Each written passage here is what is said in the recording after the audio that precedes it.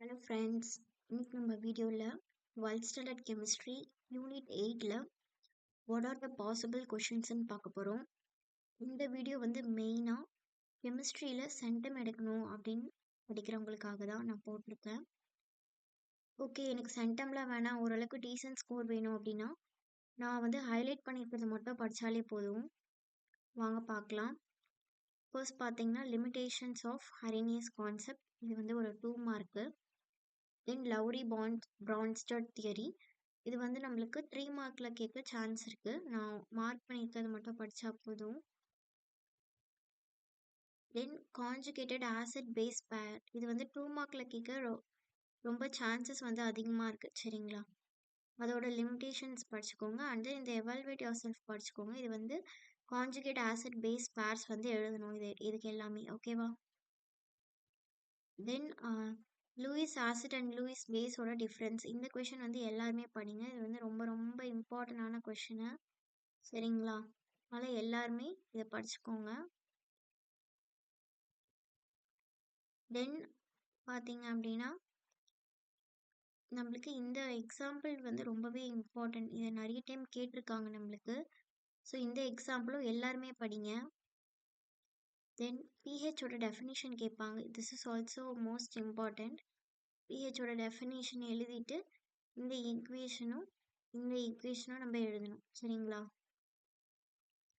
Then relation between pH and pOH, இதுவும் ஒரு இம்பார்ட்டண்டான 3 மார்க்கு. இது வந்து இங்கேருந்து ஸ்டார்ட் ஆகி இது வரைக்கும் எழுதணும். நம்மளோட 3 மார்க்கு ஃபுல்லாகவே ஈக்குவேஷன் தான், ஈஸியாக தான் இருக்கும் படித்தா. தென் இது பார்த்தீங்கன்னா நம்மளுக்கு வந்து பிஹெச்சில் 1 மார்க் கேட்பாங்க. பிஹெச் ஸ்கேல் வந்து 1 மார்க் கேட்பாங்க. பிஹெச் ஆஃப் வாட்டர் அந்த மாதிரி கேட்பாங்க. ஓகேவா? Then this example is also very important. இந்த எக்ஸாம்பிளை எல்லாரும் பார்த்துட்டு போங்க. அண்ட் தென் பார்த்தீங்கன்னா ஆஸ்வால்ட்ஸ் டைல்யூஷனில் ரொம்ப ரொம்ப இம்பார்ட்டண்டான 5 மார்க்கு. ஸோ இதை எல்லாருமே படிக்கணும். ஓகேவா? இல்லை இது வரைக்கும் உங்களுக்கு வரும். ஓகேவா? Then this example is also very very important, 8.4. அதுக்கப்புறம் பார்த்தீங்கன்னா காமன் அயான் எஃபெக்ட், இது வந்து ஒரு 3 மார்க்கில் கேட்பாங்க. ஸோ 3 மார்க்குக்கு ஏற்ற மாதிரி படிச்சுக்கோங்க. அண்ட் தென் நம்மளுக்கு பார்த்தீங்க அப்படின்னா இந்த ஈக்குவேஷன், இதுவும் ஒரு 3 மார்க். சரிங்களா, இங்கேருந்து ஆரம்பித்து இது வரைக்கும் எழுதணும். ஒன்லி டெஃபினிஷன் எழுதிட்டு ஈக்குவேஷன் மட்டும் எழுதினாலே போதும், 3 மார்க்ஸ் கொடுத்துருவாங்க. ஓகேவா? ஸோ நீங்கள் பேராவாக தான் எழுதணும்லாம் அவசியம் கிடையாது. ஒன்லி என்ன பண்ணுங்கன்னா இந்த டெஃபினிஷன் எழுதிட்டு தென் இங்கே உள்ள ஈக்குவேஷன்ஸை மட்டும் எழுதிடுங்க.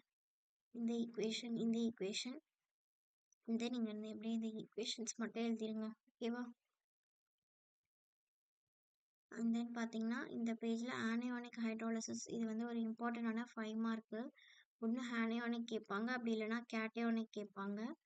இங்கே இருக்குது கேட்டயானிக் ஹைட்ராலிசிஸ், இதுவும் ரொம்ப இம்பார்ட்டண்ட். அண்ட் தென் பார்த்தீங்கன்னா சொலிபிலிட்டி ப்ராடக்டோட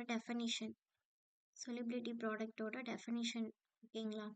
அண்ட் தென் இந்த 3 பாயிண்ட்ஸ் வந்து 1 வேர்ட்ஸில் கேட்க நிறைய சான்சஸ் இருக்குது. ஓகே, இதையும் படிச்சுக்கோங்க. இப்போ நம்ம புக் பேக்கில் என்னென்ன படிக்கலாம் அப்படின்னு பார்க்கலாம். புக் பேக்கில் பார்த்தீங்கன்னா கொஷின் நம்பர் 1, கொஷின் நம்பர் 2,